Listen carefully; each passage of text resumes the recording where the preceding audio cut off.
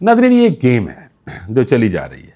आप अंदाज़ा फरमा लीजिए ना, ट्रंप के कहने से पहले तेल की कीमतें कहाँ होती, ट्रंप के 15 मिनट बात करने से पहले तेल की कीमतें कुछ हो जाती और बात करने के बाद कुछ हो जाती। बयान देने से पहले तेल की कीमतों के ऊपर जुआ खेला जाता और फिर जब ये बयान आ जाता है तो अरबों डॉलर्स कमाए जाते हैं।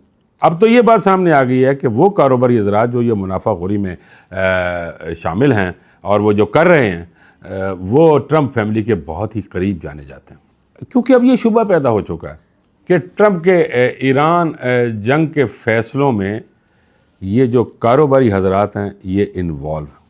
और इस हवाले से अमरीकी महकमा इंसाफ और कमोडिटी फ्यूचर ट्रेडिंग कमीशन ने $2.6 बिलियन से ज़ायद मालियत की मशकूक ऑयल ट्रेड्स की तहकीकात शुरू कर दी हैं। मैं ये जो अर्ज़ कर रहा था ना कि जो ये काम कर रहे हैं, ये ट्रेडिंग कर रहे हैं, ये ट्रंप के करीबी साथी हैं, तो महकमा इंसाफ ने भी ये कह दिया कि वाकई ये इसमें कोई शकूक व शबात नज़र आ रहे हैं। उन्होंने उसकी तहकीकात शुरू कर दी हैं। तहकीकात में ये बातें भी सामने आई हैं कि ये सरमायाकारी सदर ट्रंप के इन ऐलानात से ऐन कबल की गई थी जिनसे आलमी मार्केट में तेल की कीमतें गिरने का इम्कान था। जब डोनाल्ड ट्रंप ने ईरान पर हमले मौखर करने का ऐलान किया तो उससे महज 15 मिनट पहले $50 करोड़ का जुआ खेला गया, वो भी सिर्फ इस बात पर कि देखना कि अब तेल की कीमतें नीचे आ जाएंगी। इसी तरह 7 अप्रैल को आर्जी जगबंदी के ऐलान से चंद घंटे कबल भी $96 करोड़ की भारी सरमायाकारी की गई। नाज़रीन, ये कोई बंदर तमाशा नहीं है कि बंदर वाला आया, उसने तमाशाइयों को इकट्ठा किया और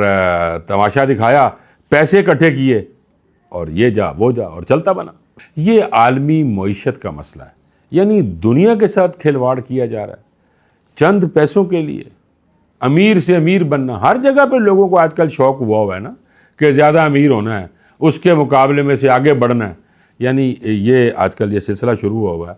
और उधर भी जो अमेरिका है उन्होंने भी ईरान जंग को एक तमाशा बना दिया हुआ है और मुल्क की मईशतें तबाह हो रही हैं।